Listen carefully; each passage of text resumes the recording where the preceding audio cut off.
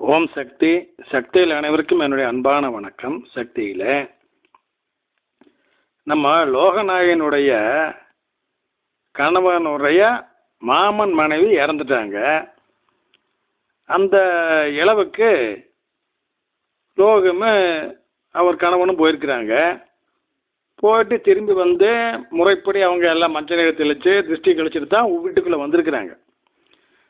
வந்து அன்று இரவு உறங்கி கொண்டு இருக்கும் பொழுது நம்ம லோகநாயகி பார்க்குது, அவருடைய கணவர் வந்து அப்படியே நடுங்கிறாரு. தூக்கத்தில் உடம்பெல்லாம் உதறது, உடம்பை தூக்கி தூக்கி போடுது.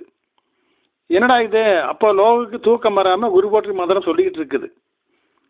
இப்படி இருக்குதே அம்மா அப்படிங்கும் பொழுது அம்மா லோகுக்கு உணர்த்துறாங்க. எப்படின்னா, உன்னுடைய கணவனின் வலது கை நாடியை பிடித்து கொண்டு, மணிக்கட்டு பக்கத்தால் நாடியை பார்க்குறவங்க இல்லைங்களா, வைத்தியெல்லாம் பார்ப்பாங்களே, அந்த நாடியை பிடித்து கொண்டு வலது கை மணிக்கட்டு பக்கத்தில் நாடியை பிடித்து கொண்டு குரு போற்றி மந்திரத்தை 3 முறை சொல், சரியாகிவிடும் அம்மா சொன்னாங்க.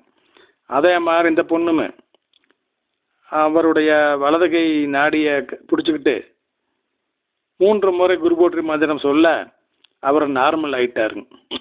எப்படி பார்த்தீங்களா? இலை வீட்டுக்கு போயிட்டு வந்தல, ஏன் திருஷ்டி கழிக்கும்னு சொன்னால், திருஷ்டி கழிச்சாலும் கூட அதையும் மீறி சில ரவுடி தீயசக்தி எல்லாம் இருக்குது இல்லைங்களா, தாதாக்கள், அவங்கெல்லாம் அதுக்கெல்லாம் கட்டுப்பட மாட்டாங்க. அவங்க இந்த மாதிரி வந்து இம்சை பண்ணுவாங்க. அதுக்கு குருநாதரும் நம் குரு போற்றி மந்திரம் தான் அதை விரட்டி அடிக்கும் சவுக்கு. அதனால் சக்தியில் இது தவறாமல் எல்லாரும் கடைப்பிடிக்கும். சக்திகளே, ஓம் சக்தி.